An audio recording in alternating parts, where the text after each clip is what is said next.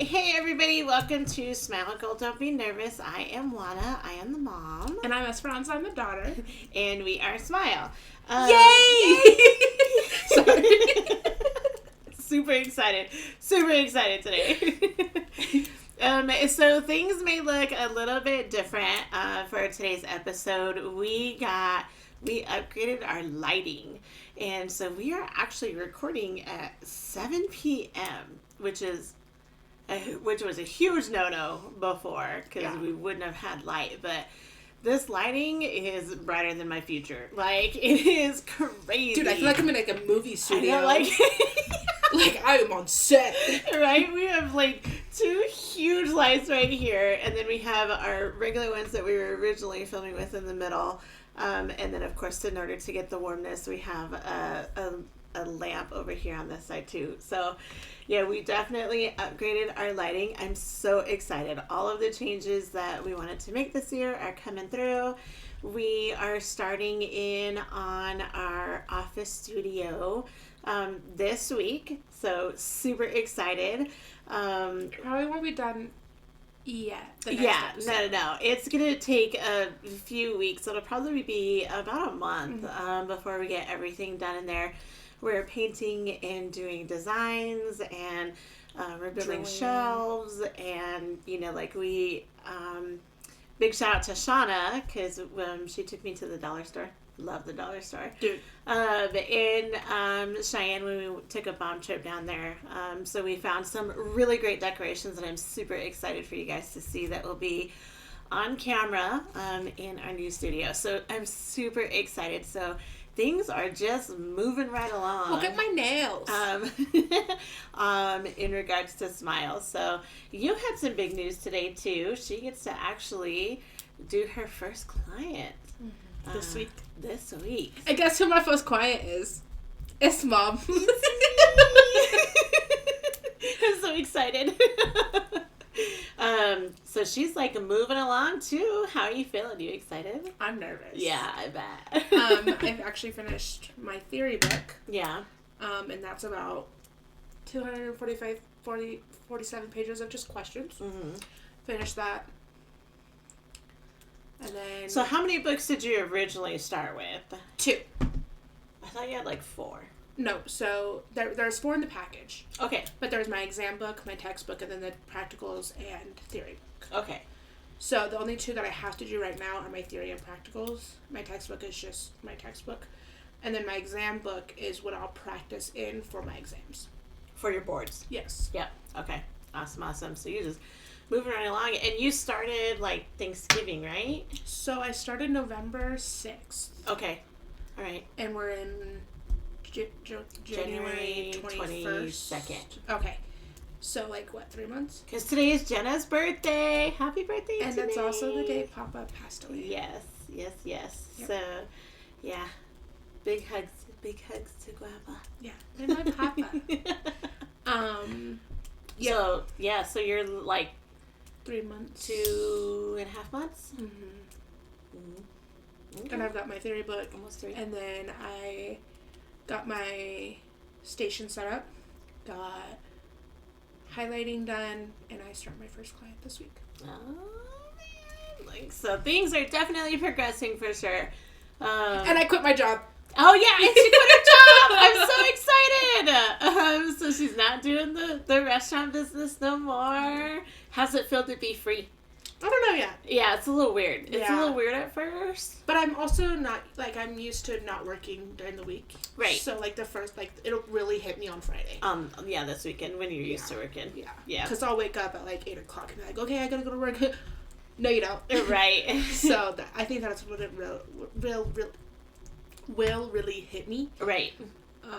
Because I'm used to not working during the week. Right. Yeah. Yeah, so lots of big changes all the way around. I just went with my bestie, Shauna, to Pine Bluffs this weekend, and we talked about the major changes happening in her life, too. I am totally convinced it's because there's this new cycle coming in for this year. We've got Pluto moving out. It's also leap year. So it's Pluto is moving out of Capricorn and into Aquarius. Ugh. Yeah. Ugh. So it is like the cycle of karma, I think is what it said. So hope you put some good stuff out Watch there. yourself. So yeah, so it said like the post that I had read to Shauna, it said like look at the times because it was there briefly for like 2 months in 2023, and Shauna and I were looking at it, and that was when she quit her job, and then I had left Outback as well, and then we spent the month together in Gillette, and then everything like rocketed off. Yeah. So that small couple months is what these next like 15 years are supposed to be. Yeah. So I am super excited. And if this is starting already, like, it's going to be crazy. Yeah, even in, like, just the past week, I've made some big changes. Yeah, big changes. Yeah, so super excited. It's going to be amazing. So also for holidays, we have Imbolic, which is a pagan holiday. And that means today, or no, on February 1st is Imbolic. And that is the halfway point between winter and spring. So we're almost done. So, yeah, so it's the halfway point between Yule and Ostara. It's getting pretty warm out, though.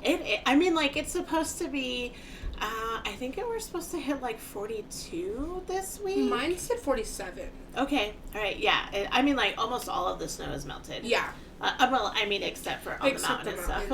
But like, yeah, that's it. Yeah, it's going to take a little bit. Which is going to be great, because that means the falls are going to be... heavy. Yeah, heavy. I don't know. We didn't get a whole lot of snow this year, so... Thank God. Yeah, we'll see how it goes.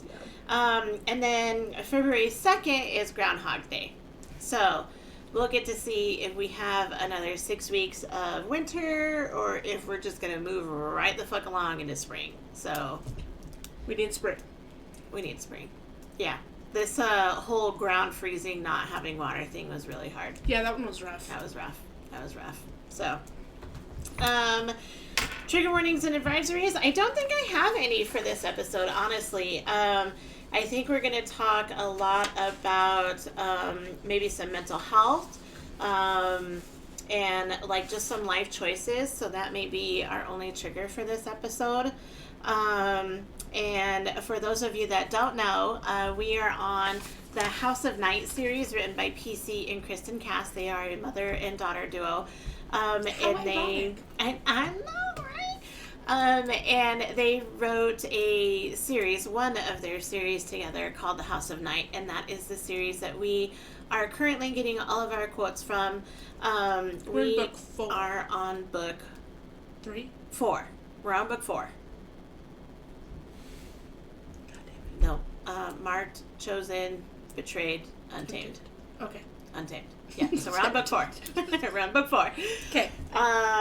So we always talk about the book and what has happened up until this point, and then use future situations that may be happening. So if you do not want spoiler alerts, go read the series and then come back so that you can either join the conversation or listen and tell us what your perspective is. We are always looking for your perspective in the comments. We love hearing from you and, constructive criticism or discussions or whatever. So we totally want to hear from you. We are actually working on putting up some flyers in order to get some new listeners coming into the podcast. We will be launching on Apple, iTunes, and Spotify here shortly. We have ramped up our social media, so you should be seeing lots of posts on Instagram now, as well as Facebook. I'm running that now. just okay. So there was a few days that I missed, and I caught up, and I was like, I know I'm late, but here we go. But from this day, this is what it was. For this day, this is what it was. I'm running that. That's not Mom. That's totally me. So. There are some days where I get a little crazy busy, so there are some days that I miss, but I will catch up. And they should all be the same thing, and we try and keep it pretty consistent for, the different generations, because that's kind of what we're trying to reach, is we're trying to reach the different generations to show that we are not as separate as society would want us to believe. We are all going through the same thing. We may go through things at a different time, but we all generally go through the same thing. So there is that unity there, so not a lack of. So we're trying to stream it all. So we hit the Facebook generation and then the Instagram generation. I don't have Twitter. I don't have X. I don't have any of that other stuff. I think Twitter got banned. We have TikTok, and we are working on that. It's just taken a little bit to rewatch the videos and find clips, so give us some time. Thank you so much for being patient with us as we grow. We are hoping to have lots of really good things coming up. So it's a work in progress, man. It is, and I'm super excited because it worked really hard to get this far. Yeah. We've done a lot of work. So our quote today is from Untamed, page 73, and the quote is, "Life will reveal to you the choices you must make to answer them." Life will reveal to you the choices you must make to answer them. Okay, so I know that sounds really weird. I was like, did I read that right? Okay, so let me give you the context on what's going on. So Nyx, who is the High Priestess, Night personified, is what Nyx is. And she is starting to leave Zoe and Aphrodite while she's talking to them. And Zoe says that Nyx can't leave her because she still has so many questions for her. Nyx says this line in response to Zoe's plea to stay. So going back to episode 20, Nyx and Zoe and Aphrodite, I think 19 and 20. So Nyx is talking with Aphrodite and Zoe about what's going on. They are questioning Nyx, who, for all intents and purposes, is God. They are questioning Nyx about, you don't want this war. You can't want your people to fight against each other. You need to do something to stop it. Nyx talks about power, and, words of wisdom, basically, is what Nyx is leaving them with. And Zoe is asking, you can't leave because, we have so many questions for you. And then Nyx says, life will reveal to you the choices you must make to answer them.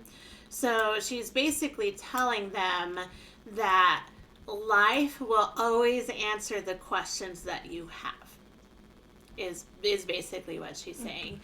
What, do you agree with that, or do you not agree with that? I think in some aspects, I think there's definitely some things that you just have to learn on your own. Mm-hmm. Is that not life? Yes and no. I think you have to put yourself in some situations in order to learn a lesson that may not be destiny, in your destiny. You know what I mean? Sometimes you have to go out of your way in order to learn a lesson. Okay. But sometimes they just fall in your lap. Mm-hmm. Life tried to keep you away from those, but you kept making, the wrong choice. And so they're like, all right, you know what? Since you want to be here. Yeah. Here we go. Mm-hmm. So you can finally learn and we can move on. Yeah. Yeah.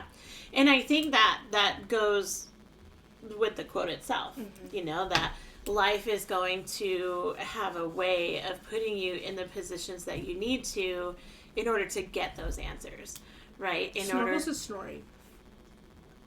She is. In order for you to get those answers that you need in order to learn your lesson or move on or move up to the next stage of your life. I really believe that life conspires in your favor. Mm-hmm. I'm a firm believer of that, for sure. Mm-hmm. For sure. So this article that we are talking about today is found in the 2024 issue, volume 14 of Education Sciences. It's titled Nature-Based Education for Facilitating Resilience and Well-Being Among Youth, A Nordic Perspective, written by Maria Hoffman Burgel. Yeah, nailed it. So, this article was a really, really fun article to read. The reason why I chose this article, well, we'll talk about the reason why I chose this article later. But, so the first thing this article said is many young people feel that it has become more difficult to make the right choices in life, and research shows that young adults are increasingly worried about their future. Many youths feel that there are too many possibilities and too many decisions that should be made, and they feel pressure that too much is required of them. Do you feel the same way as a young person? Hang on just a second. Yeah. Yes. I think that with that part of saying, I'm going to go piece by piece just because it's easier for me. Yeah. With it saying more difficult to make the right choices in life, I think we have a lot of pressure on us to make those right decisions of this is how your life should be or this is how your life shouldn't be. But you have to learn how to make those decisions on your own. From the older generation or from your generation? Older generation. Okay. You have to learn those things in order to make those right decisions. But what's going to be right is different from everybody. Right. Okay. And then young adults are increasingly worried about their future. I've always been, the future scares the fuck out of me. Why? Just because it's unknown. Right. But, I know me and my friend Kaden have had, and you know Kaden. Mm-hmm. He's so sweet. He's such a sweet boy. We've had numerous conversations about the fear of the unknown and fear of the future. And every decision that you make changes that. Yep. So that's terrifying. Right. And then you feel that there are too many possibilities. I don't understand that one because I guess I do, because not only do I just want to do cosmetology, but I also want to be a lawyer. I want to be a real estate agent. I want to be so many things.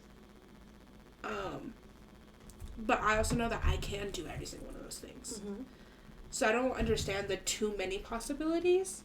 I think that there's endless possibilities, and you can do whatever you want to do. Right. There's no, set amount of things that you can do. Right. Bless you. Excuse me. And then many decisions that should be made. That comes with every choice. Right. And then they feel pressured that too much is required of them. I used to think that way. Mm-hmm. But I don't now. Just because, Where was the pressure coming from? Let's start there. Myself. Okay. Because I would put all of this stress on myself that wasn't needed. Mm-hmm. And then I kind of was just like, okay, I'm going to handle shit as it comes instead of constantly worrying about it before it even happens. Right. And just living day by day, bro. Has it gotten better or worse since you have brought in that? Better. Yeah. I definitely, am stressed sometimes, but 9 times out of 10 it's financially. But, I can sit back and be like, okay, this and this, this and this needs done today. I'm going to get those things done, and then I can worry about those things that, okay, but I want to go do this. Okay, but this and this needs done, but that doesn't need to happen today. You know what I mean? Right. So you're better at kind of scheduling it out. Yeah. Yeah, instead of all right now. Yeah, this all needs to be done. No. Right. I think where it talks about the too many possibilities and too many decisions that should be made, Shauna and I had a really good conversation this weekend where we talked about how school has not kept up with society anymore. And that's why I love this article, because this article definitely, like, we thinking the same on this in this article. What do you mean? So, school was originally brought on, okay, so like back in the olden days, right? Like 1900s, right? You had one schoolhouse, you had one school teacher, and not every kid made it to school because they were working farms, they were ranching, they were, doing the things, they were doing family stuff, right? And only certain kids would make it to school, right? So then you fast forward, and then you get into a little bit of like, American history, and then you have the Native Americans, where they were like ripped off the reservations and forced to be take on like the Caucasian ways in those reform schools. Okay. Their names were stripped, all of their cultures were stripped, in order to do like mainstream society, Puritan ways. Okay.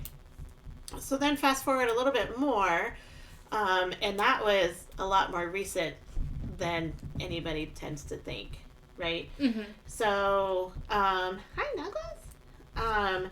So fast forward a little bit more, and you have main day school, right? Your school, my school, and that was to teach kids how to work Monday through Friday, 9 to 5, basically, right? You go in, you're busy, you do busy work.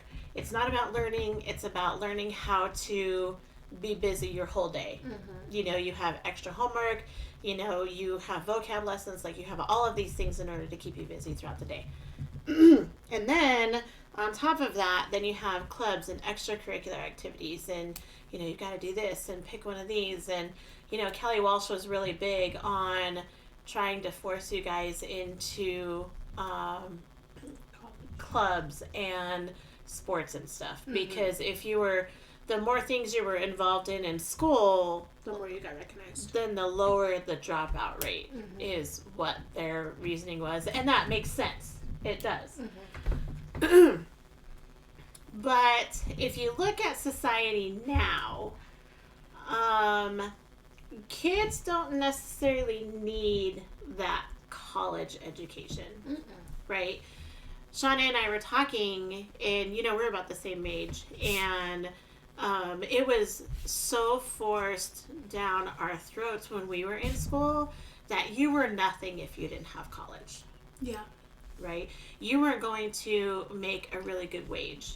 You couldn't have a career unless you went to college. Right. So me, being in foster care, not really having a family, right? The only way I can think of to really stabilize my future was I gotta go to school. Right? Your generation doesn't have to do that.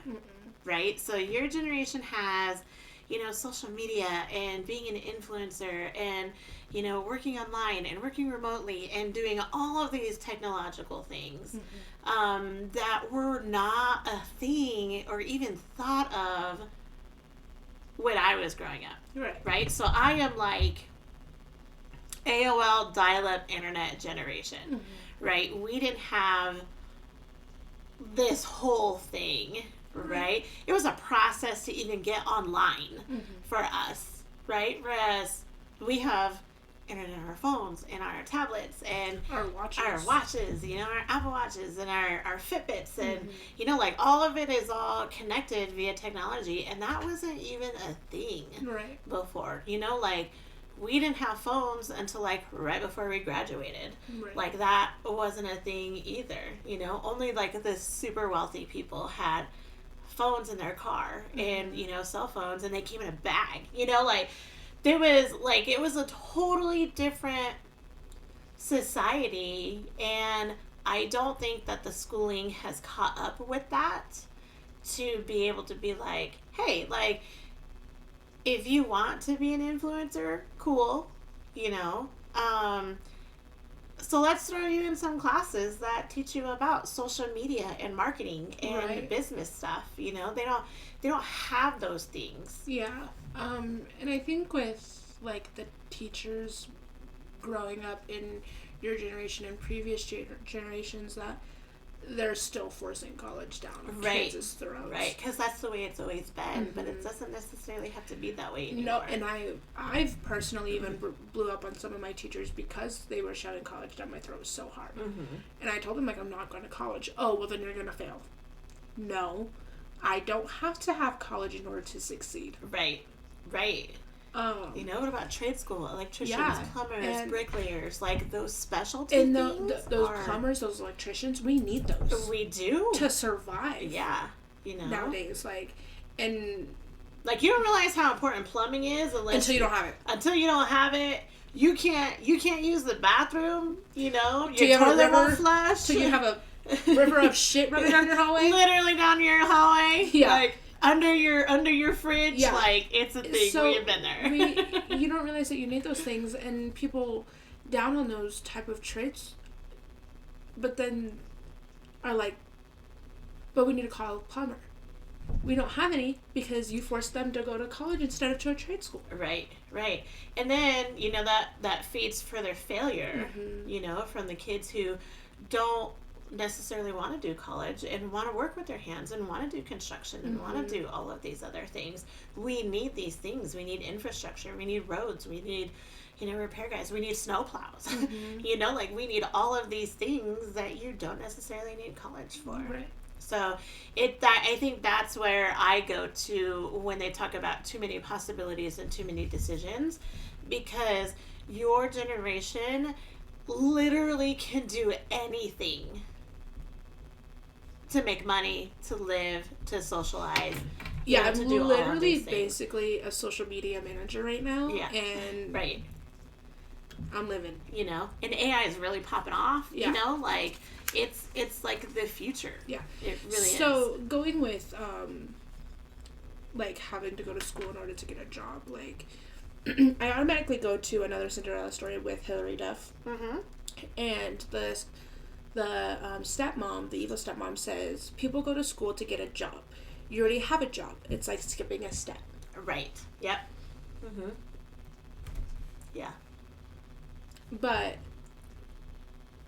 nowadays, and I'm sure even back then, like, you have to have a high school diploma to get many, many jobs. Right. It's not required. Right. You don't have to. But you also lose out on a lot of different job opportunities because you don't have that high school diploma or GED. Yeah. And if you have two candidates that have the same exact resume, the one that went to college is gonna get the job. Right. Or even the one who has the high school diploma, which I really think HR, on a totally different tangent, I think HR really needs to look at that differently, because I think if you are going to drop out of school and make that extra step to go back to get your GED, that shows a lot of drive and self-discipline in order to do that. Yeah. Personally. And even both of me and you both have our high school diploma, but we also see the other side. Right. Yeah, absolutely. I mean, shit happens. Yeah. You know? Dude, I almost dropped out like 4 times. You gotta take care of your family. You gotta work. Yeah. You know, like, there's some home situations medical where you issues. have to drop out. You know, like, I mean, it's a thing. Yeah, I almost dropped out of high school because of my medical issues. Yeah. You know? But I still would have gone back to get my GED, so I have that equivalent to my high school diploma. So I can get those jobs. I still may miss out on a lot of jobs because I don't have that actual high school diploma, but I still would get some of those back because I have my GED. Right. I have somebody that calls it a good enough degree. I mean, it works. Yeah. Because they don't say, do you have your diploma? They say, do you have your high school diploma or GED? Yeah. So that sentence really brings us into this article. So in the Nordic countries and the whole Western world, more and more young people, especially girls, are showing symptoms of mental health problems, and several reports reveal that mental illness is increasingly alarmingly fast among adults, youth, and children. And I think that has to do with what we discussed. There's so many options and pressures and, thoughts, and you should do this and don't do that, and, all of these different opinions that are going around that aren't necessarily true or right. No. And so I think that really adds into that. So I automatically go to like pregnancy, like teen pregnancy for that one. It's very no. But I know a few of my friends that have had one or two babies already, and they're striving. Yeah. I had always told you guys, like, a baby doesn't stop that. No. It makes it harder. But your life still continues. But it doesn't stop it. Yeah. So you will find a way to get it. Yeah. If you're resourceful, and can lean into the community programs and stuff that they have. Was that your leg? That was my ankle. Yikes. Then it is a possibility. Yeah. But it's very. You don't do that because you're young. You don't do that because that means that you're a whore. Yeah. There's so many preconceived notions about... And you have no idea what happened. Yeah. Like, there's so many different things that could have happened in order to lead to that baby. Mm-hmm. And that baby may be their saving grace. Mm-hmm. Like, you have no idea, but you're shoving it down their throat that it's wrong. Right. That's not cool. And it's not a place to judge, Like, I had my baby girl, and she had a baby, and I fought tooth and nail because... the community resources wouldn't allow her to live with the father of her child after she had her baby. What are they going to do? And I'm like, how are you going to tell somebody that... And he had no criminal record. He, he was totally clean. His family was clean. And what are they going to do? Have sex and get pregnant? Yeah. Too late. Right? Like, that is not a concern, No. So it was just, I fought so hard for her. Yeah. And it was just from this old-fashioned thing about, we just can't do that. Yeah, well, she's already pregnant. But we've been doing it for the last 20, 30 years. Yeah. Like, what the fuck? I really do think that society needs to catch up on what's going on nowadays. Mm-hmm. And people need to stop judging and having those opinions because it's not your place. Right. And you have no idea what's happening in their life, so how do you get it? And it's not even a question of... I guess morality. That's not what I'm going for. It's not even a question of your beliefs. Yeah. It's a question of supporting and helping everybody make the best of their situation. I know, like, it wasn't, like, recently, but a little bit ago, like, I had a pregnancy scare. And I told you about it, and I was like I was so scared that you were going to be mad. And I remember you specifically telling me you were probably going to be more mad than I was. I would be more mad than you would. Right. I was like, you should probably clarify that, because I wasn't going to be mad. No, because I would be mad at myself because of the situation that I put myself in, knowing that I wouldn't be able to take care of that baby. Right. But you would still be there to support me no matter what. Right. Yeah, that was a you decision. Yeah.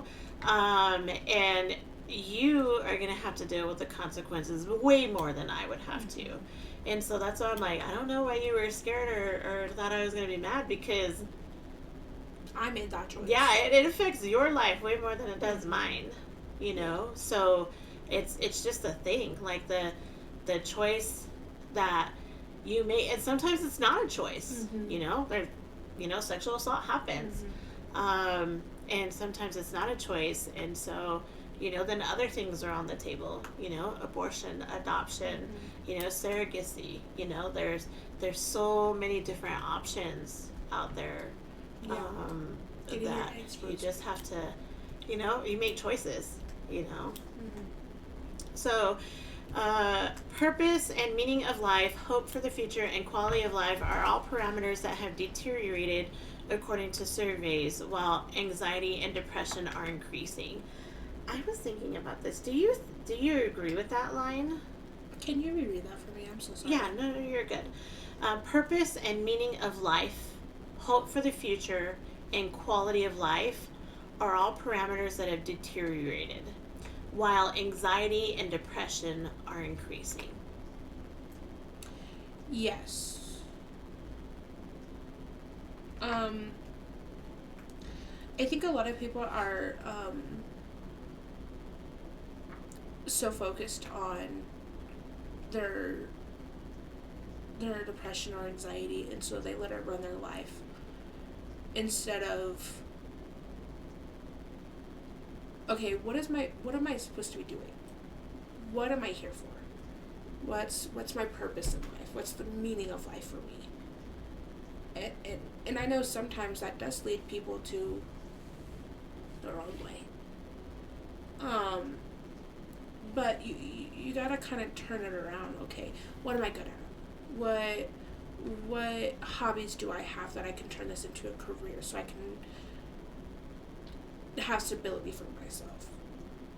But instead, it's causing so many other things. Does that make sense? Am I just rambling? No, that totally makes sense. I think that overwhelmingness of the judgments and the shoulds and woulds and, coulds and all of the things. My lips are still tingling. Yeah. I think those start to weigh on people. So they come away from that inner voice and listening to their intuition, and we have had an episode about that. They come away from their intuition and their hope, and it just gets shoved deep down, and it gets crushed, whatever you have, because you're like, oh, I want to do this, and everybody around you's like, no, you can't do that, and that's not what we do, like, at all.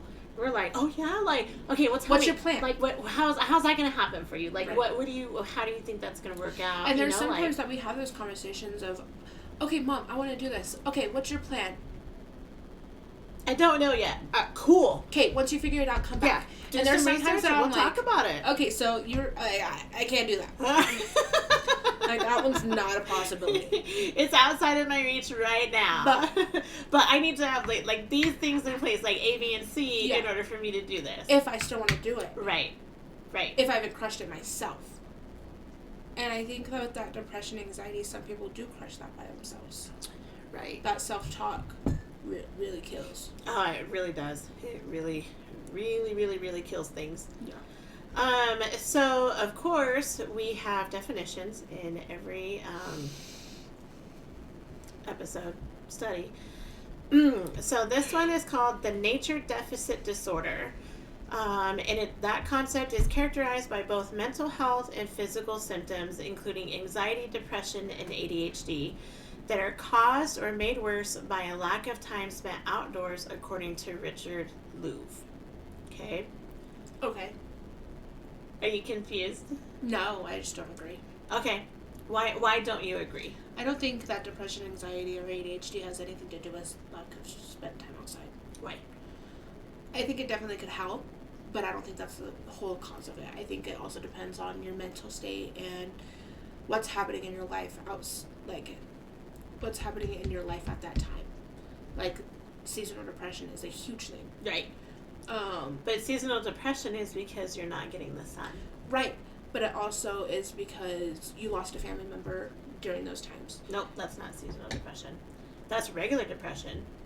But it happens a lot during, like, Thanksgiving or Christmas or... Right. And so I kind of, like, throw that into seasonal depression. But I don't...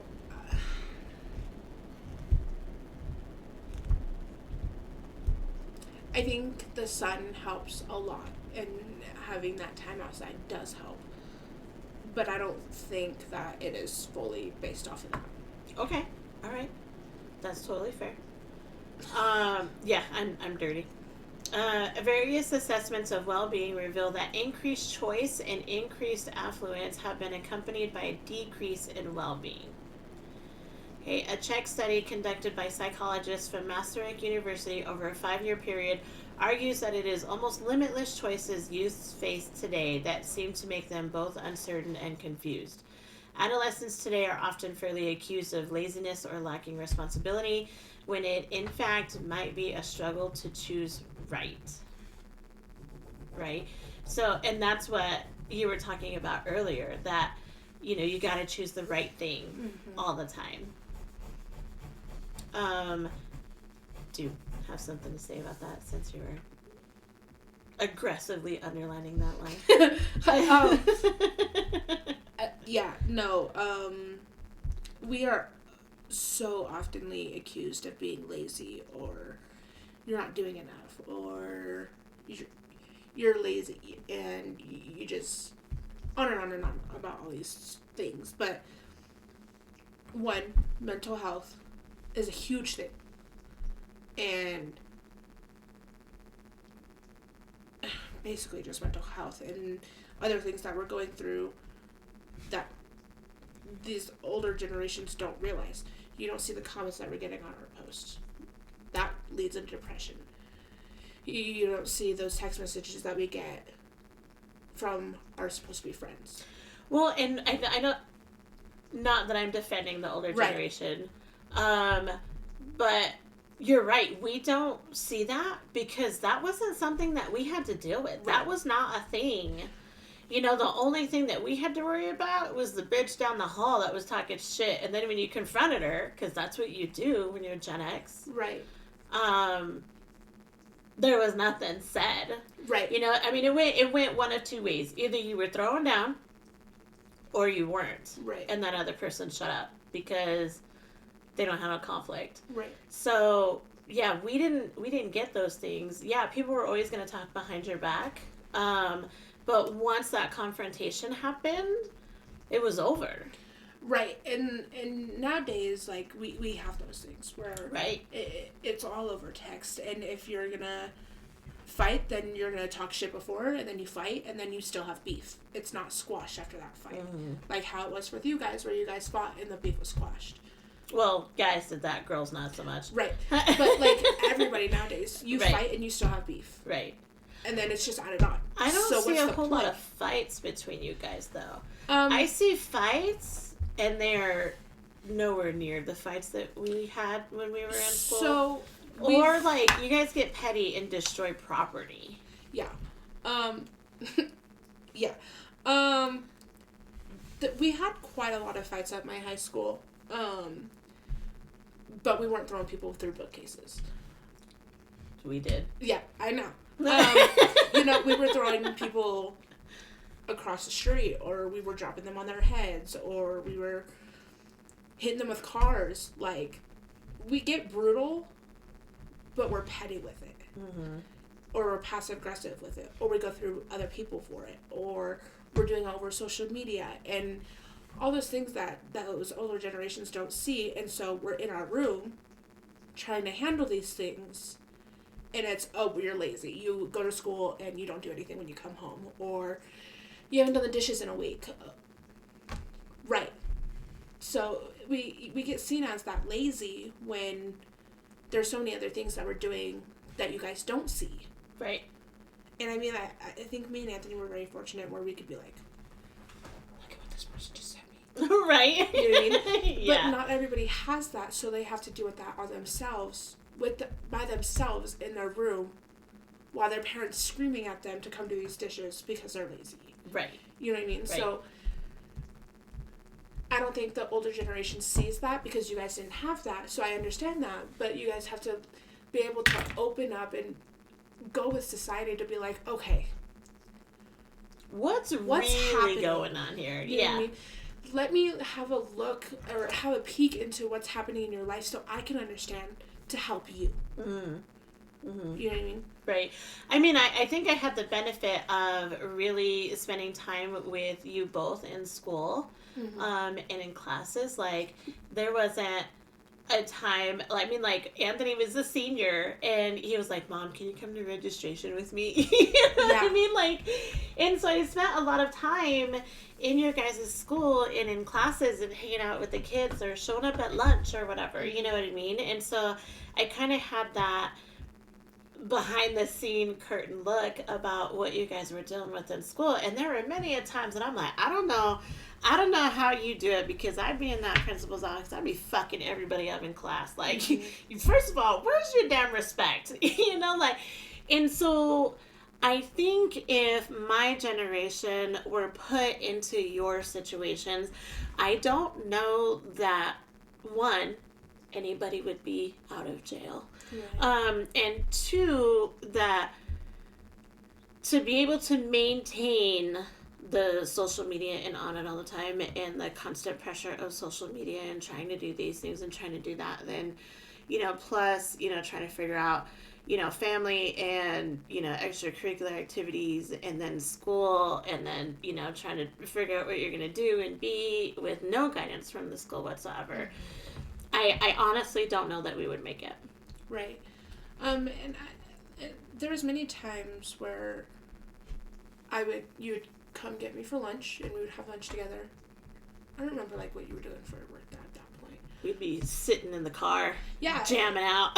And we would go get lunch and then you'd bring me back to school. Right. And there's many times I was like, you have no idea what the fuck happened today. And then I'd tell you, you know what I mean? Or I'd have my AirPods in and I'd be on the phone and the principal calls me in because my senior picture is too inappropriate. All right. You know what I mean? And so, we have so many stipulations that we have to live up to. You can't dress like a hooker because... No, you can't dress like a hooker if you're bigger. Right, yeah. Because... But the skinny girl can wear a short-ass skirt that you can see her hoo-ha. Yeah. And I'm like, dude, where are her clothes? Yeah. Damn! Get her a blanket. Jesus. And me and my friend Abby, we were constantly getting dress coded because we were bigger. Mm-hmm. But we actually did a social experiment. Abby and Jenna, and Abby was the bigger one, and Jenna was a size 2. And they wore the exact same outfit. Mm-hmm. Okay? One day. They wore the exact same outfit. Abby got dress coded 4 times in one day. And Jenna didn't get a single thing. Okay. Yeah. So yeah, we have to live up to that because up to the stipulations of, okay, you can't dress like that because you're bigger, or okay, you can dress like that because you're a size 2, but it has to be kind of you know what I mean, school appropriate. But we also have to live up to that stipulation of, okay, but you have to go with what is trending. Otherwise, you're not shit. Right. You know what I mean? How many times did I beg you to get me a pair of Nikes or get me a pair of Uggs, get me a pair of fucking Rue 21 pants or Kiss Me jeans or something like that because they were name brand and that's what was trending then. But I didn't have those things and so I wasn't shit. You know what I mean? So I got treated like shit because I didn't have money. Right. It's all about those name brands. Or I couldn't get Starbucks every morning. Right. You know what I mean? So when I did get Starbucks those few mornings, I was like, yeah. You know what I mean? And people are like, why is she walking like that? Because I'm the shit. You know what I mean? But those people that have that every day don't think of it as anything. Right. Because they already have that reputation of, okay, they already have money, so they're set. Right. You know what I mean? So there's so many things that everybody has to live up to. And that starts young. I started being a name brand hoe. A label hoe? Yeah. Because in 7th grade, mm-hmm. You know what I mean? I should not give a fuck about a brand in 7th grade. But I was. Mm-hmm. So. Right. So, the WHO, so the World Health Organization, released the Global Status Report on Physical Activity in October 2022, revealing that today more than 80% of adolescents and 27% of adults do not meet the WHO's recommended levels of physical activity. Okay, a British study shows that young people aged 13 to 16 years old show poorer well-being as a result of spending a lot of time on social media. And this applies mainly to girls. The reasons include cyberbullying, poorer sleep, and reduced physical activity. There are also studies showing a significant positive correlation between depression or anxiety and the use of a smartphone or similar technological devices. Excuse me, I'm so sorry, guys. All right, we got some more aggressive underlining here. What do you got? There's many times where I was going through some shit, and I got told to turn off my phone for a week. Yeah, I would take your phone because you would turn into a totally different person. And I'd be like, well, I don't know what is going on or what is happening, but you were here, and now you're here, yeah. You know? So I don't know what the fuck is going on, so give me your phone. Mm-hmm. We're doing a reset. And it's gone. It's gone. And I'd be better in a week. Better. didn't give a fuck about those people. Yeah, so much better. And then I turn on my phone and see how many people of those people gave a fuck about me. Yeah. And there was like 2. Yeah. You know, like... Hey, girl, you doing right? And there was even a few that called you. Right. To see if I was okay. Hey, like, haven't heard from her. Just wanted to see if she was okay. Yeah. You know, and I'm like, oh, yeah, hang on 1 second here. Yeah. You know, like... But I think that depression and anxiety really does give a use into that smartphones and some technology devices because... It's like a detox. Yeah. And and having that iPhone or whatever... Sorry. You're okay, is addicting. And it's not healthy at all. There was even a time where I was saying I was thinking about school, sorry. That my phone is my escape. Yeah. That was a huge thing for me. Yeah. I think it is for adults too, you know, the scrolling. But it's not healthy. No, it's at not. all. It's kind of like a drug. It is. Right? You know, like, people use drugs to get away from reality. Alcohol, drugs, smoking, phones. watching TV. Yeah. But why don't we change that into something healthy? Learning, going to the gym, meal planning. For a walk. Go for something. A walk in nature. But we use these, we're basically doing substance abuse, and our phone is a substance. Mm-hmm. The phone is the substance. Mm-hmm. Yeah. Yeah. So there's a word in the Cambridge Dictionary. It's called phubbing. Okay? Phubbing. I know my demons are talking. I'm so sorry. And phubbing means the act of ignoring someone you are with and giving attention to your mobile phone instead. Yes. Okay, so I saw this meme that totally goes with it. And it says... And it has like a picture of somebody sitting there at a dinner table with their phone upside down. Okay? And somebody commented was like, this is like showing that you're cheating on me and something like that. And then like another comment was like, no, this is saying that you have my undivided attention. Mm-hmm. And I totally agree with the undivided attention. Okay? If my phone gets a notification and it's on silent, I'm not going to want to check it because I don't see that it has a notification. Right. Right. Because I'm addicted to those notifications. Right. It's not hiding those notifications from you. It's showing that you have my undivided attention because I'm not worried about what's happening over here on this little fucking thing. Right. Right. Yeah. I know that there are some, like I've seen that on TikTok where they're eating and her phone is like upside down on the table. And they go to reach for it and she like shoves the food in her face. And they go to reach for something else, not the phone, and they like grab the phone. Now that's a red flag for sure. Yeah. But if my phone is upside down on the table, like I have my settings that if my phone is on silent and like you message or Anthony messages or Justin messages, then I still get the alerts come through so that I know that there's something that needs to be done. Right. You know, Justin's out of town all the time, right? So if he's calling me for something, he needs something right now. Yeah. 9 times out of 10, right? And he answers the phone immediately when I call him too. And it's just that, you know, making sure that everything is taken care of kind of thing. So it's a thing to give that undivided attention. You know, I know couples struggle when they do this. I know we have struggled, you know, and I'm like, dude, I'm gonna break your goddamn phone. Yeah. I can't tell you how many times that I've said that to you. I'm sure you can tell me. But it's because, like, when I'm wanting to spend time with you, and we don't even have to be talking, you know, we could just be watching a movie or hanging out or whatever, or talking or whatever. And when you're, like, sitting here on your phone, like... I'm not giving any attention to you. I'm not spending any time with you. No. And so I just stop. Yeah. I just stop. Yeah. And I was like, she's not even listening anyway. Yeah. And that takes away from our relationship because then I'm like... Well, why am I going to tell her anyway? Right. You know, she's not even going to listen. She's going to be all up in her phone. Right. And I definitely have gotten better at it. Very much so. And, because I've also detached from my phone a lot. Yeah. And 9 times out of 10, it's to either message somebody, like, I even thought about deleting Snapchat there for a while, but I want to keep my memories. Right, yeah.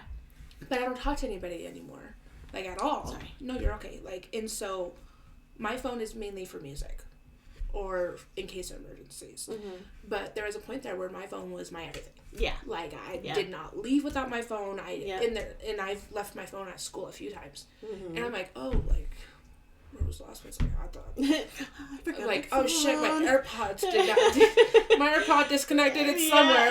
Right? Like, I'm too far away. I need to go back to where I was because it's in that vicinity somewhere. And so, like, I do that when I'm backing out of the driveway and my phone disconnects, and I'm like, oh man, I left my phone at the house. I gotta go back. So, but all the time, like, my phone was right here. Right here, all the time. I don't give a fuck about my phone anymore. Like, there was even a time where I was like, maybe I should just get, like an iPod.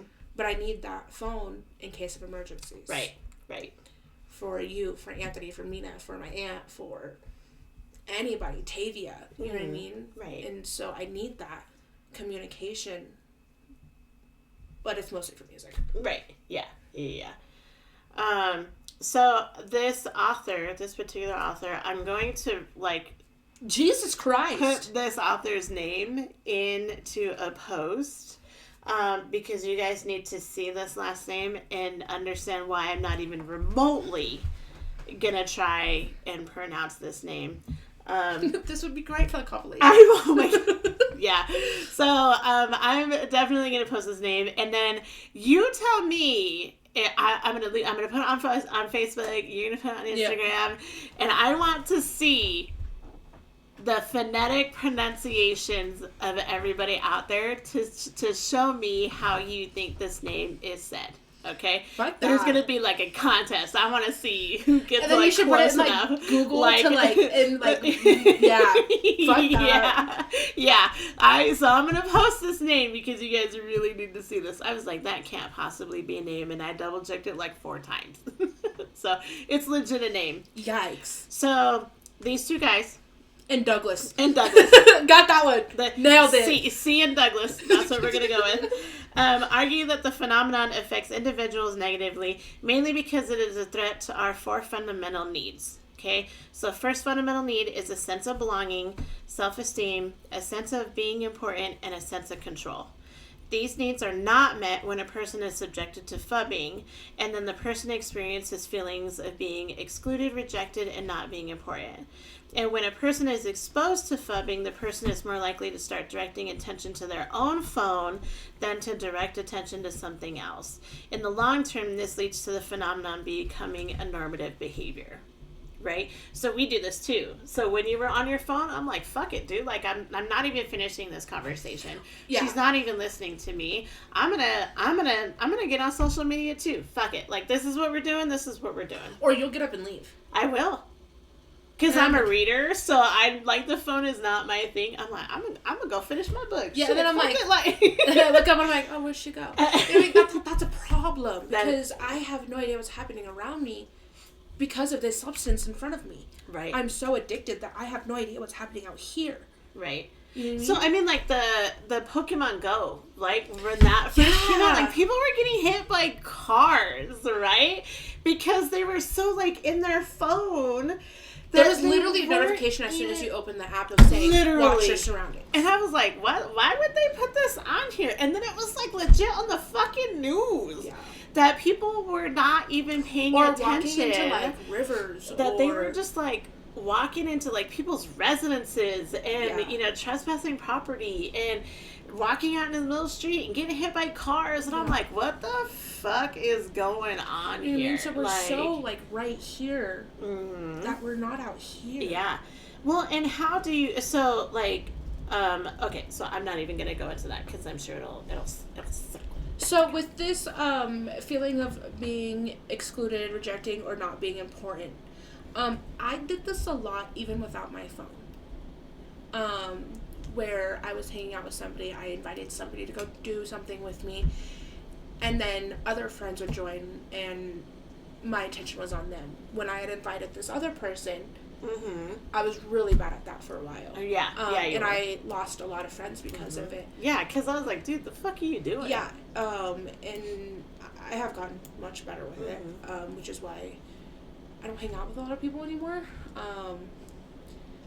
But that was a big thing, even without my phone. Mm-hmm. So. Yeah. And it's because your attention is directed to so many different places, and, you know. Yeah. Yeah. And I just couldn't, And that's a learning process. Yeah. Like, we got to learn that early because, you know, we had to, you know, like I explained in previous episodes, like, we were biking with all the neighborhood kids and we were 6 miles away from home. Right. You know what I mean? Because we were just hanging out and doing our own thing, Right. and, you know, we weren't allowed to go back inside. So, right, you know, once you're out, you had to, out. like, stay out, you know, and do your own thing. But we got to hang out with all the other kids, and so we learned how to, like, interact in groups. Right. You guys didn't get to. You got to do that. Growing up, because we lived in Cheyenne and Laramie, and so I was comfortable, you know, letting you guys go and run amok in the neighborhood. I guess we didn't really do it much in Cheyenne. Not much in Cheyenne. Just because of the circumstances that we were under with Anthony's dad. Mm-hmm. But we did it a lot in Laramie. Oh, yeah. We were constantly at fucking Hastings or Yeah. at Alicia's house or Right. at the school. Fucking eating shit out of the garden. You know what I mean? Yeah. I still remember what my bike looked like. Right. I had the fucking motorcycle bike. Yeah. Okay? Yeah. That was a badass bike. And that wasn't even like a girl's bike. Okay? Yeah. That shit was badass. Yeah. But we had a rule to be inside by the time the streetlights came on. So we were out doing those things. Right. But I didn't learn how to carry those things into other situations. Well, and I also think where the downfall was for you when we were in Laramie is you were very young in Laramie, so you were hanging around like all of Anthony's friends, not necessarily your friends. And I was very excluded. Right. Yeah, because you were the little sister. Like, nobody wants to hang out with the little sister. Like, you know what I mean? But like, the little sister syndrome. Yeah. And so I would be in the back just like hanging out, but I was out because Anthony wanted to be out and I had to go with. Right. You know what I mean? So I was just hanging out, and so I didn't get those social social habits that I needed. So you got to watch. You didn't get to interact. Right. I didn't get to learn. Right. When I should have. Right. You know what I mean? And then in Laramie, like, I was super young, and yeah, you were in kindergarten. Yeah, and so I didn't have friends. Right. Yeah, that we wanted to hang out with. Yeah. You know, you hung out with all the adults. Like, you were hanging out with me and Leslie all the time. We were at the library watching Scooby-Doo movies. Fuck yeah, like, dude. That was my shit. You know, like, that's what we were and doing in Laramie. In that Hastings kid area, that was my shit. Yeah, man. You know what I mean? Dude, we'd go and read stories and stuff, like, all day. And you'd be like, dude, it's Saturday. Get up. Get your shit together. Get your chores done so we can go to Hastings. You know? And so we were just like, as she kicks over her drinks. Yeah. You know what I mean? So, like, I still hang out with people older than me, and I've gotten myself into some situations because of people older than me. But I've never got along with people younger than me because of me knowing those social shit. Right. And me always hang out with people older than me, so I know, I guess I wouldn't say this when I was younger, but I have that more mature level in order to hang out with people older than me. Right. You know what I mean? I don't get along with people. I've tried fucking dating people younger than me, and that's yikes. Yeah. Okay. Anthony's the same way. He doesn't really get along with and you people know, my his age group either. Yeah. He always generally tends to gravitate to people that are older than him. You know, my and best, even Michaela is older than him. Yeah. My best friends when we were in Cheyenne and in Cali was my fucking god sisters that are like, how old is Mariana? She's 25. Okay, so she's almost 10 years older than me, and they were my best friends. Yeah. Mm-hmm. Mariana and Ika were my best fucking friends. Yeah. And Ika was my best friend when we were in Cheyenne. Right. You know what I mean? And she's like 24. Yeah, I think so. And 23, 24, something. Yeah. Best friends. Yeah. But my best friend at school was something.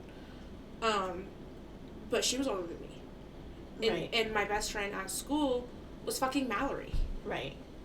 You know what I mean? Yeah. Even though she was fucking constantly watching me. And I'm like, stop snitching on me, dude. Yeah, big shout out to Mallory McCone. That's my girl, man. We got into some shit back in the day. That's why we so good at watching. So I'm just saying. Just saying. Mom's like, oh, you have a boyfriend? I'm like, what? What do you mean? Like, man, I can tell you his whole class schedule, his first and last name, his mama's name, like. Yeah. And what the fuck was her name? Your teacher from McCormick. Oh, Miss Eaton. There you go. Me and her were tight as fuck. Yeah. And Mr. Cook, tight as fuck. Yeah. And they were fucking teachers. Yeah. Okay? Always older than me. And and people my age, I'm like, why do you act like you're 2? You know what I mean? Yeah. Ugh. Yeah. I just don't like it. Yeah. So there's evidence indicating that nature affects stress levels, attention, self-discipline, physical activity, and the enjoyment of learning. Studies reveal that nature-based education outperforms traditional education in academic contexts. A wide range of reports reveal that nature contact affects endurance, resilience, teamwork, critical thinking, and problem-solving skills. Do you agree with that? Do you want me to be completely honest with you? Yeah. Didn't hear a fucking word you said. Okay. I'm so sorry. I got to this of stress levels, and then my mind was like, I don't know how to read. No, yeah, that's totally good. Okay. So this is just saying that there's benefits of being in nature. Okay. Right?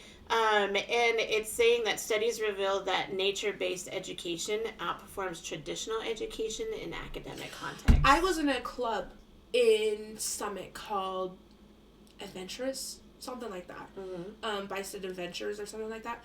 And we, after school, we would go somewhere and learn about that place, and we'd have dinner out there, and we'd have dessert. I remember that. And yeah. the one specific time I remember, we went to the falls, and we made hot dogs and peach cobbler. Yeah. And we learned about the rocks and the different types of water in the falls. And I can't tell you shit about that, what I learned, but that fucking peach cobbler was amazing. But you're definite tourist. But I was so happy to be out there. Right. And I was with my boyfriend at the time, and that was chaotic. But I was so excited to be out there because I was learning and I was having fun in the place that I learned the best. Right. There was times where I would ask Miss, I cannot remember her name right now. It'll come to me. When we would go journal for my journaling class, we'd go outside and sit in the grass and journal. Mm-hmm. You know what I mean? So, like... Was that at Summit? No, that was at Kelly. Oh, okay. I can't remember her name, but she was amazing. And even... Which Jen? No, my journaling class, not my English class. Oh, okay. Right. And for photography, like, at McCormick, like, I was constantly outside taking pictures. Yeah. And I had a group of people with me, and so that made it fun, but I was also outside doing the thing that I love of photography. And I fucking, I fucking captured some great pictures. Mm-hmm. And I still do photography. Right. I may not do it all the time, or it's not my career, but, like, when we go to the mountain, I'm fucking taking pictures of flowers, of the leaves, of the way the bark is. Right. You know what I mean? And I even put together a yearbook. Yeah. Yeah, because you're on the yearbook club in McCormick. Mm-hmm. Yeah. Yeah. And I also did photography in high school. Right. Yep. Excuse me. I That know. was weird. I know. It got stuck. Yeah. So according to Kuo et al., and et al. Means other authors in that article, Okay. Utilizing the benefits of nature-based instruction can be of great benefit to all children, as available evidence supports the theory that nature experiences can help children gain the skills, attitudes, and behaviors most needed in the 21st century. Among those non-cognitive factors are self-efficacy, social skills, resilience, and communication skills, which are very important skills in a rapidly changing world for life beyond school. Okay. Right? So Doom et al. Referred to multiple studies reporting that youths who had more access to green spaces and spent more time in nature reported better general mental health and better subjective well-being during the COVID-19 pandemic. It is also evident that youths who engaged in sports and physical activity showed lower symptoms of anxiety and depression during the pandemic. And then going along with that, in a qualitative study by Birch, Risbeth, and Payne, youths described how they experience green spaces as offering a stronger sense of self, feelings of escape, and connection and care with the humans and non-human world. So, that all being said, yeah, you were once again aggressively underlining. Sorry. What you got. So I automatically go, because it referred back to COVID, and during COVID was a rough time for us. It was. Because not only did our hours get cut at the restaurant, Anthony was going through all his WBI and drug stuff. Mm-hmm. And how many times would I be alone out here listening to music with the windows open, sitting on the couch? Or how many times would I go outside and pop up your trunk in the SUV and sit outside? Yeah. Or how many times would I go for a walk? Right. You know what I mean? Yeah. Just because I needed that nature around. And I mean, like, we live in the fucking middle of nowhere. Right. Where am I going to go? Yeah. You know what I mean? So, I did what I could in order to feel better during those times. Or because I used to be in the back room during that time, and I would open my window and fucking hang outside my window. Mm-hmm. You know what I mean? Or it'd be dark as fuck, and me and Ali would go for a walk in the middle of the night. 3 o'clock in the morning is higher than being going for a walk. Right. Yeah, I think it really helps in general to just be out. So I know we do it when we get so overwhelmed that we're just like, we gotta go, and we just pick a spot and we go, and it could be to the falls, it could be to the Saratoga Hot Springs, it could be to the park in Cheyenne, to the fucking Devil's Tower. You know, like, yeah, and we just drive. Weird. We just pick a highway. That was weird. And drive. Yeah, Devil's Tower was weird. Yeah, that was. Anyways, interesting to say the least. Yeah, we left very quickly. I don't even think we were there for a full hour. We weren't there for it, and it took us longer to get there than we stayed. Yeah, it was not great. Yeah, it was good. Go check it out to see what's for yourself, though, and let us know what you think. For sure. Yeah, so that's what we do, is we just run away and we just go somewhere. And even if we just drive with the windows down, like, we're good. And how many times have I'm like, Mom, I'm overwhelmed, can we go for a drive? Yeah. And I'm like, okay, yeah, cool. Okay, we're blasting music or we're talking with the windows down. Right, yeah. It could be negative. And we could drive all over. You know? I do it myself. Like, I literally did it yesterday when I was working with DoorDash, and it was... Dude, DoorDash that's our fun time. Dude, yeah. Yeah. But, I mean, like, it was dead as fuck on DoorDash, and I remember just, like, sitting in Walmart parking lot, and I was like, okay, at this point, I'm not doing anything. So I fucking went for a drive. Right. For, like, an hour and a half. Yeah. By myself, listening to music with the windows down. Yeah. And after that, Mina called me and was like, hey, like, what are we doing for dinner? And I was like, oh, fuck, what time is it? And it's like 4 o'clock. I was like, oh, shit. I need to do something. But now I feel great. Right. And I was in Walmart. You're just rejuvenating. Yeah. And I was in Walmart with a lot of people, and I was like, ugh.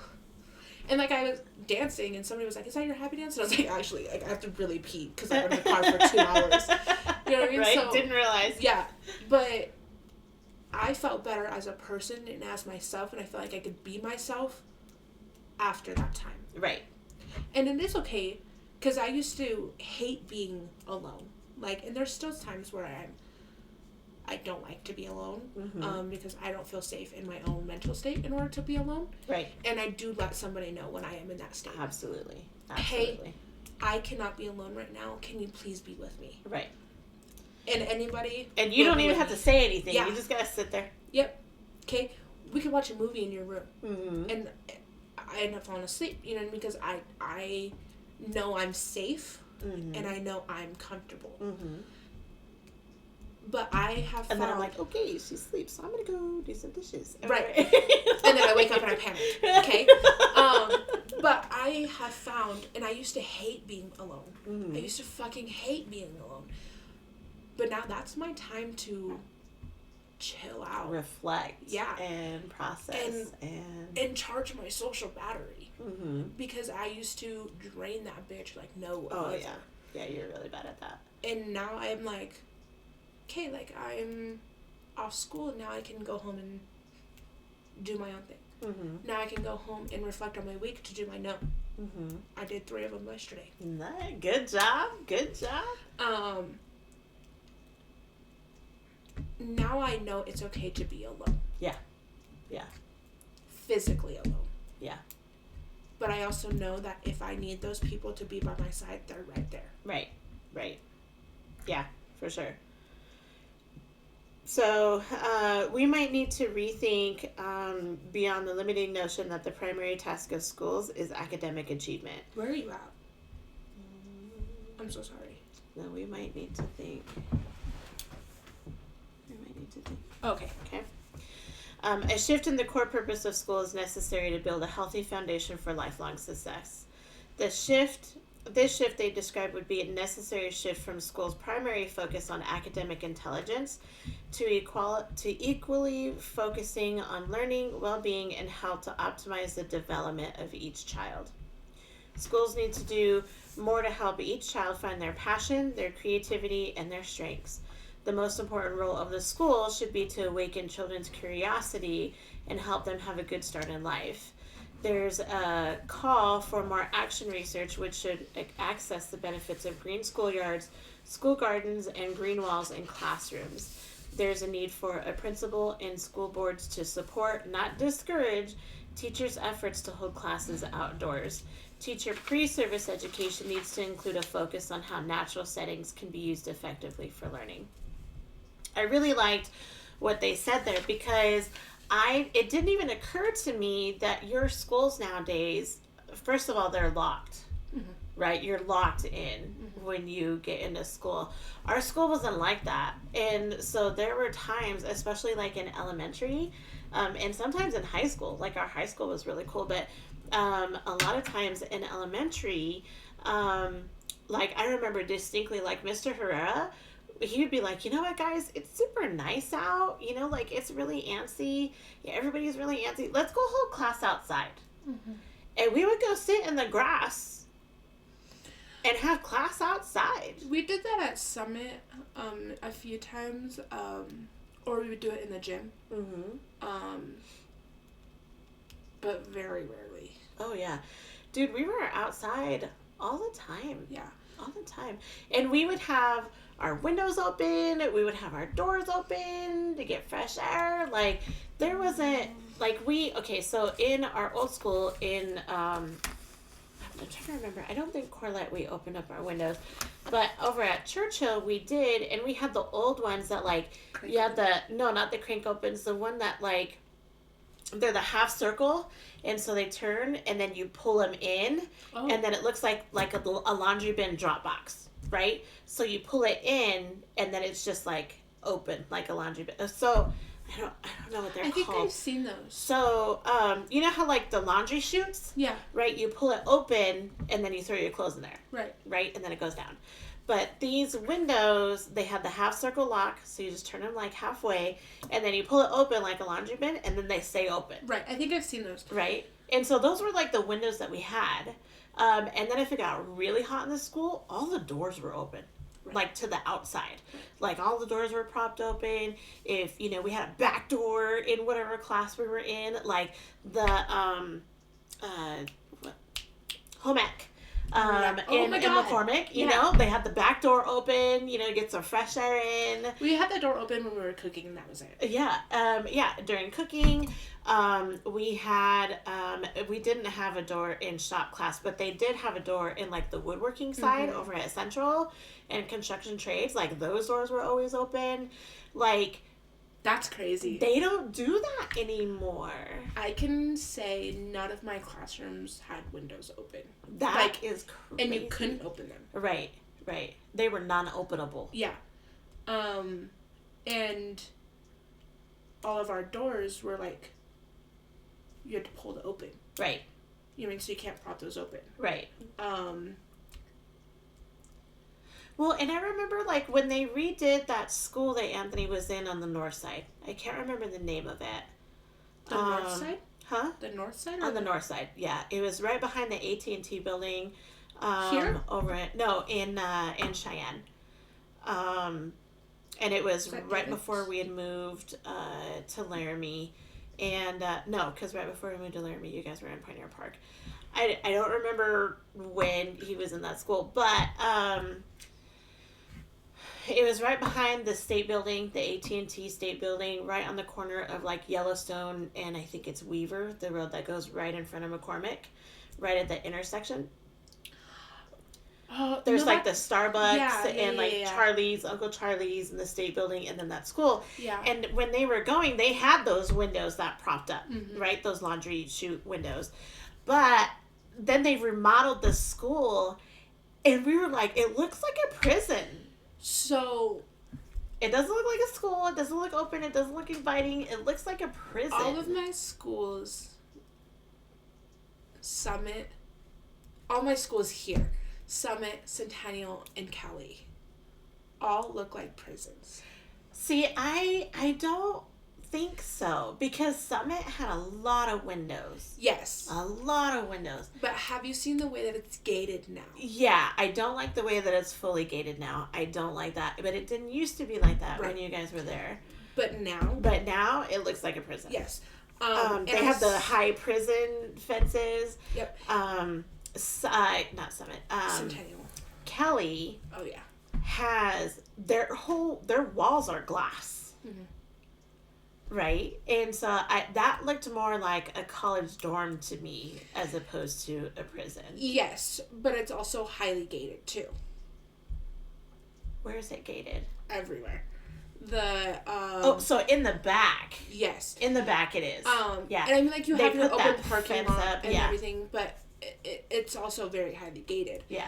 And I saw this TikTok, and it was showing the things that are in place in a prison that are also in place in a school. Yeah, it's fucking crazy. And the way they're designed is the same. Speaking from somebody who has been to correctional facilities. Yeah. They're set up the same. If you blindfolded somebody and put them in a school, and then blindfolded somebody and put them in a correctional facility, it would feel the same. You wouldn't know which one was which. Yep. You wouldn't. Yep. You're set to a schedule. Yeah. You can't do a fucking Can't do anything. Okay. Which is crazy come high school, because I was like, no, that's not gonna work. So I know how you said that our schools are very locked down. Yeah. One thing that has always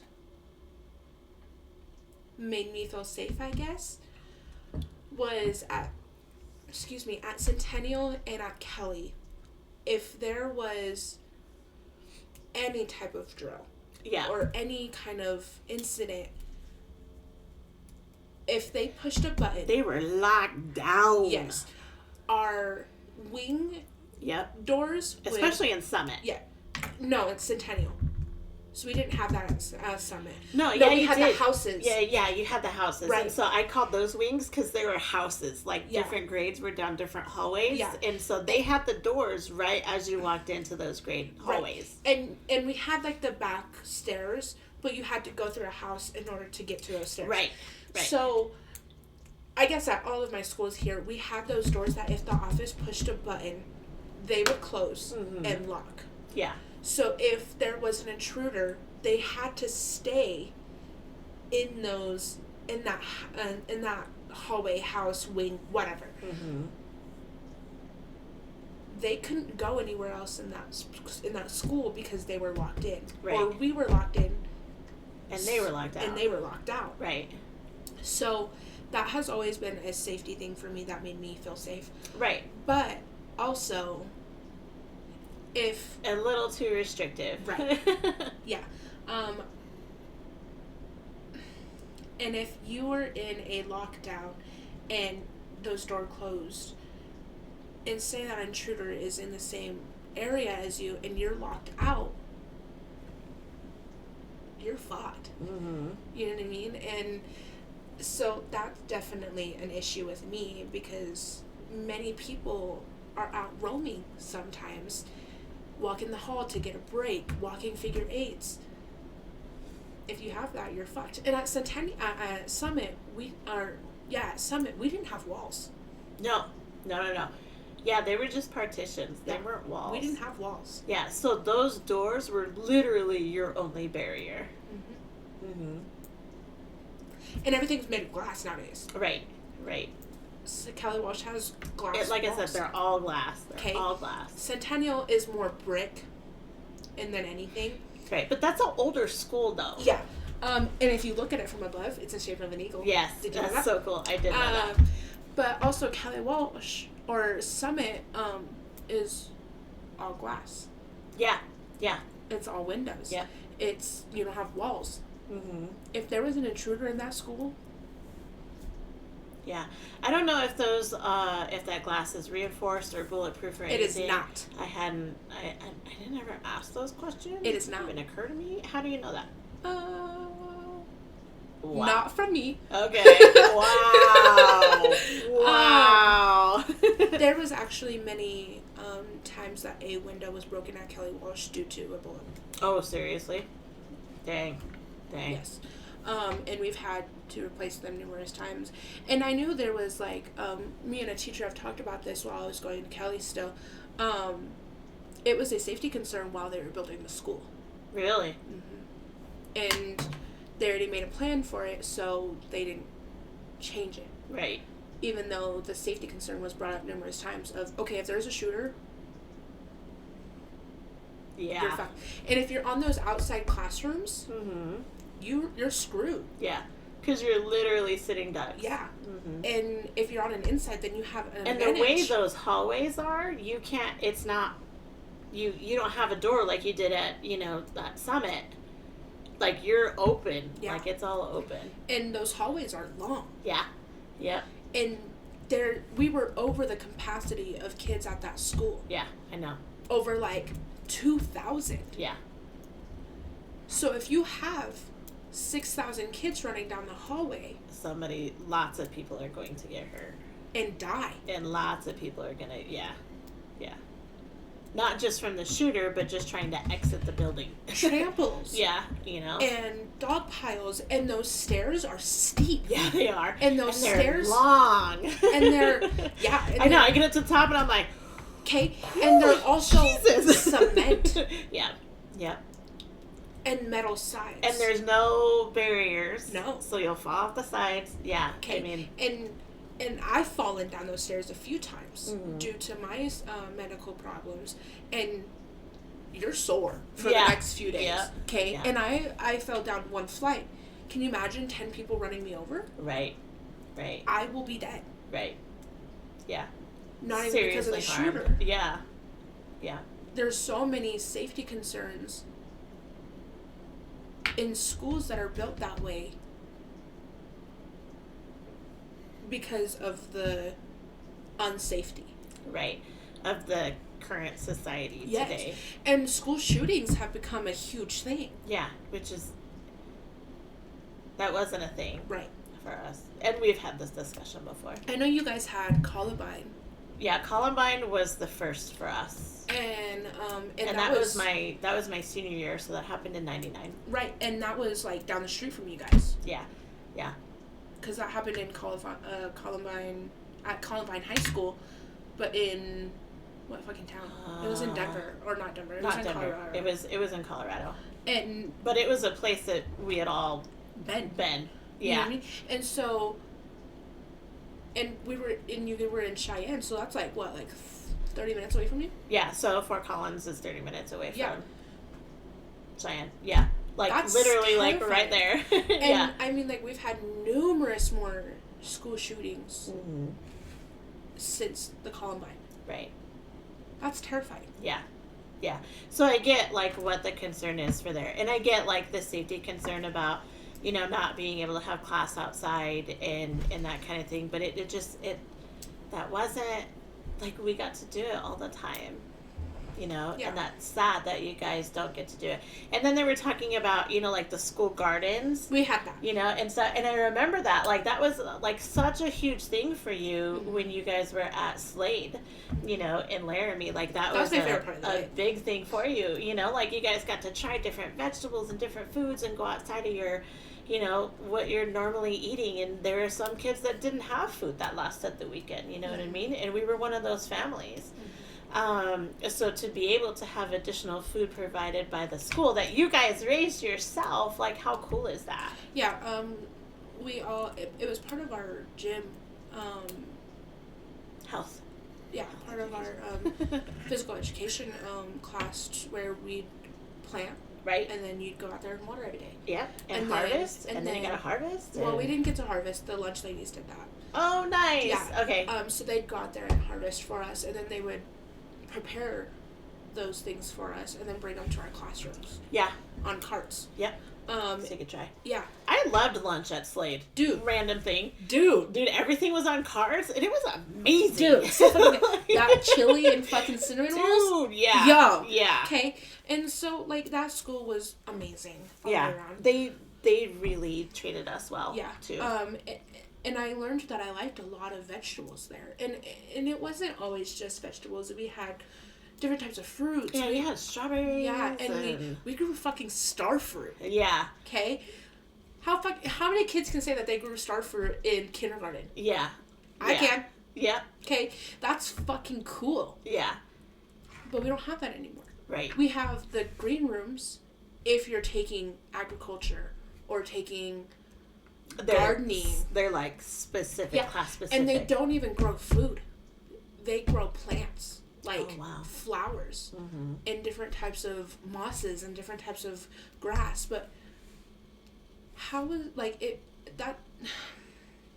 I don't agree with that being a class or a elective, because in what way is that going to help you in the future?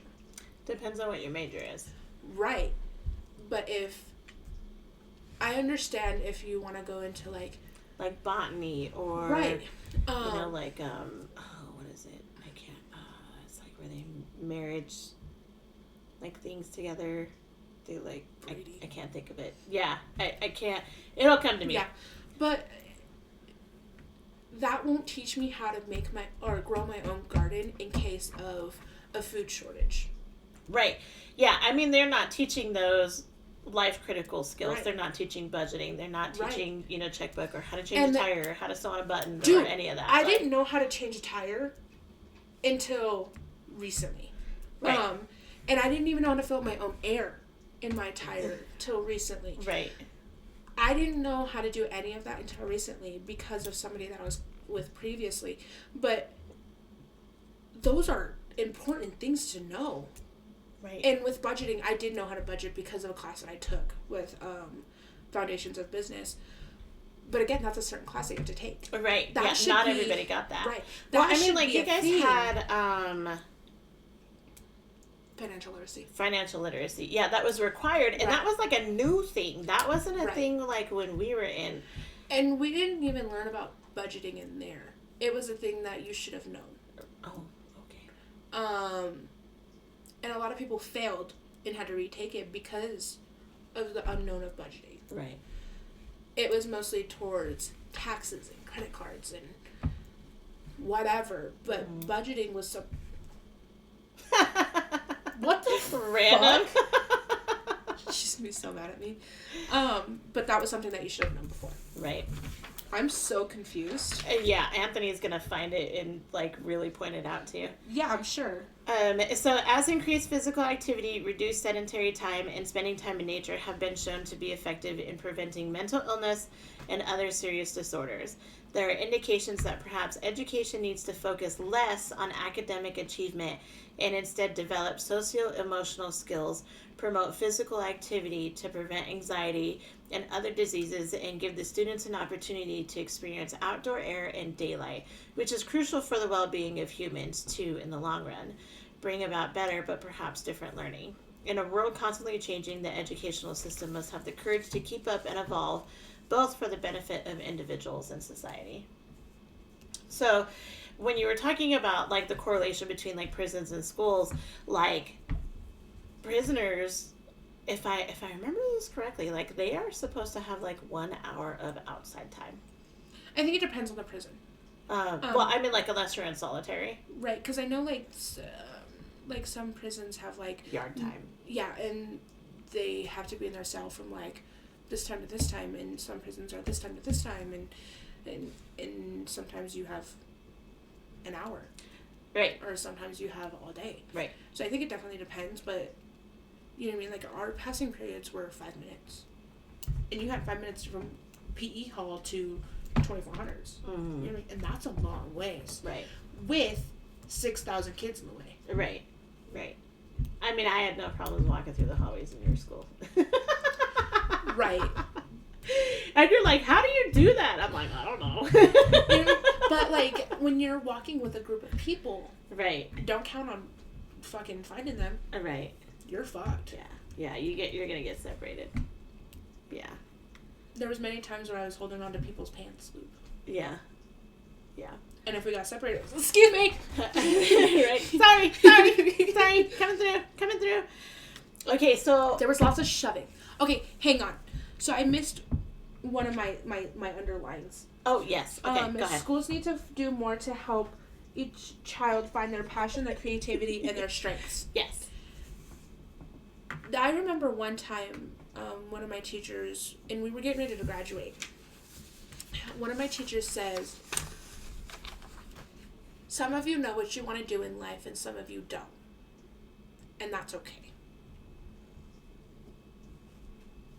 We're getting ready to graduate high school. Mm-hmm. And I know Anthony didn't know what he wanted to be for a long time. Yeah. That's crazy to me. Because I knew what I wanted to do when I was 7. Mm-hmm. If you don't know what you want to do in life by the time you're a senior, are you ever going to know? Yes. When? I didn't know, like I wanted to be 3 things when I was little. Right. Okay? I wanted to be a secretary, a lawyer, and a ballerina. Oh God, why? I have no idea. So, but I didn't know how I was going to get there. So when I graduated, I was so bombarded with everything that was going on with life at that point in time because I was in out-of-home care. I was trying to figure out how to be a kid. When I was at my foster home, I was allowed to have a job for the first time, so that was super new. You know, I was allowed to have money. Right. You know, like I was learning how to do all of these things. I was learning how to shave my legs. Mm-hmm. You know, like those real basic things. And so school, while school was my escape, focusing on my future was not one of them. Because I didn't know if I was going to make it or not. Right. And 2, I was so stuck on trying to figure out how to just life that that wasn't a thing for me to sit down and be like, okay, I'm going to go to college and I'm going to do this and this is my path and this is how I be an attorney. Like all I saw was all of that costs money and that's not something I have. I can't even get lunch at school every day. Right. You know, so that wasn't something that I was focused on. I didn't know what I was even going to go to college for when I thought about it. And it wasn't until I had taken like almost 2 years off from high school that I was like, okay, like this is what I want to do in order to be in this field. I think schools should start focusing on career paths in like elementary. Yeah. And we have had this discussion before. And then your schedule should be based off of that possible thing that you want to do. Like aptitude tests and skills tests and, you know, and career exploration. What do you need in order to get there? Right. For me, for cosmetology, I needed to take chemistry. Mm-hmm. I needed to take biology.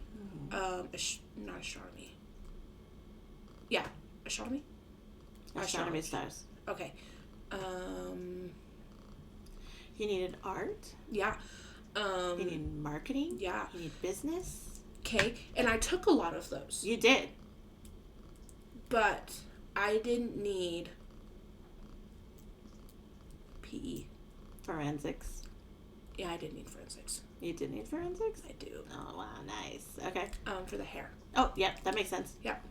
And I took forensics as an elective. Yeah. I didn't need PE. I didn't need my choir. I didn't need my cooking class. But I took those things in case of other job possibilities. Right. Yeah. To see if you liked it or not. Right. To see if it was something that you wanted to go down.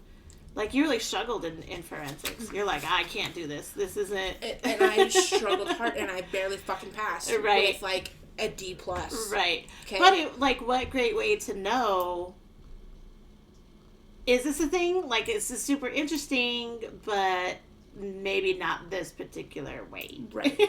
And right. I definitely was super excited about forensics there for a while. Yeah, and we were both excited. I was like, oh, man, you guys got a whole ass crime scene in this room? That's awesome. And I was on a wait list for that yeah. class. And that fucking class kicked my ass. Yeah. Okay? Like, me and Natalie were sitting there like this the whole fucking class, trying to figure out this fucking situation. Right. And who was the fucking...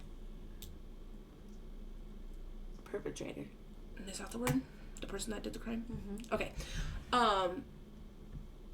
But the hair part of that was something that I need. I still use to this day. Oh, good. But I didn't need... Random. Yeah.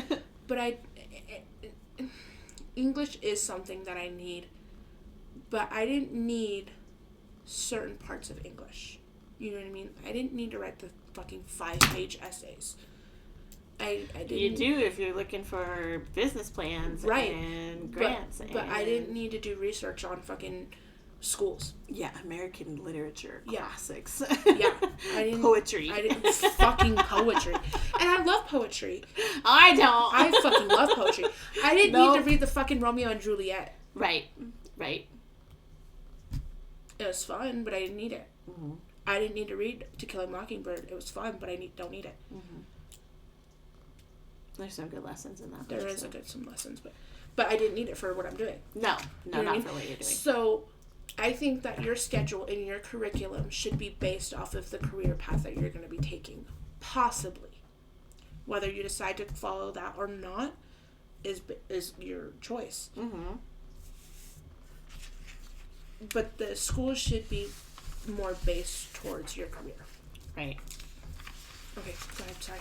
No, you're totally good. I wholeheartedly agree with you for sure. So, I know there are probably some questions. How does this study correlate to the quote that life will reveal to you the choices you must make to answer them?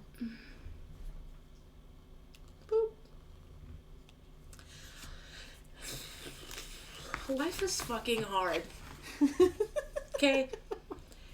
And everybody has doubts. At least I do. Okay? This bitch is fucking mean. And we call her Shaniqua. Okay? But as I went on in life, and as I still go on in life, some things I still question. And they'll be answered at some point. But I have learned a lot of things by just fucking waking up in the morning. You know what I mean? And doing those things that I need to do. Okay. What is my purpose for today? Why did I wake up today? Mm-hmm. To go to school. To get some things done that I need to do. To talk to somebody that needed help, to figuring out, okay, what stores do I need to go to after I get off of school? Okay. Literally a question you had today.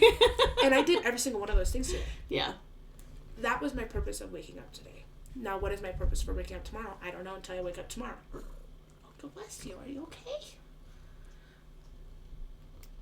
But I have to continue to live life in order to find those answers. Mm-hmm.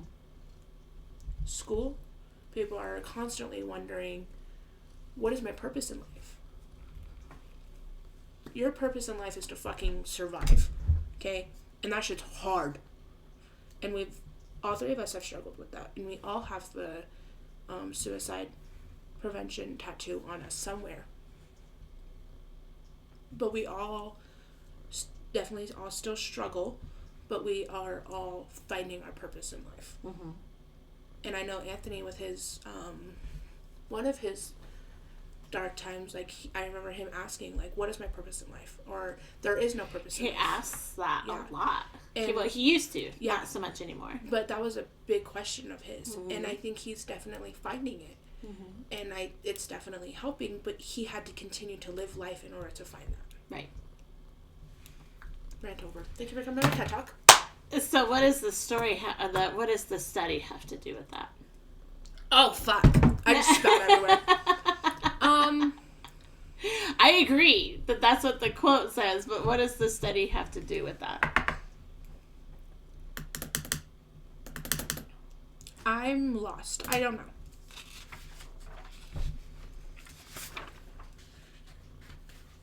Because this is mostly talking about academic. Right? Yeah. And technology. It's talking about nature. Yeah, and technology. And mental problems.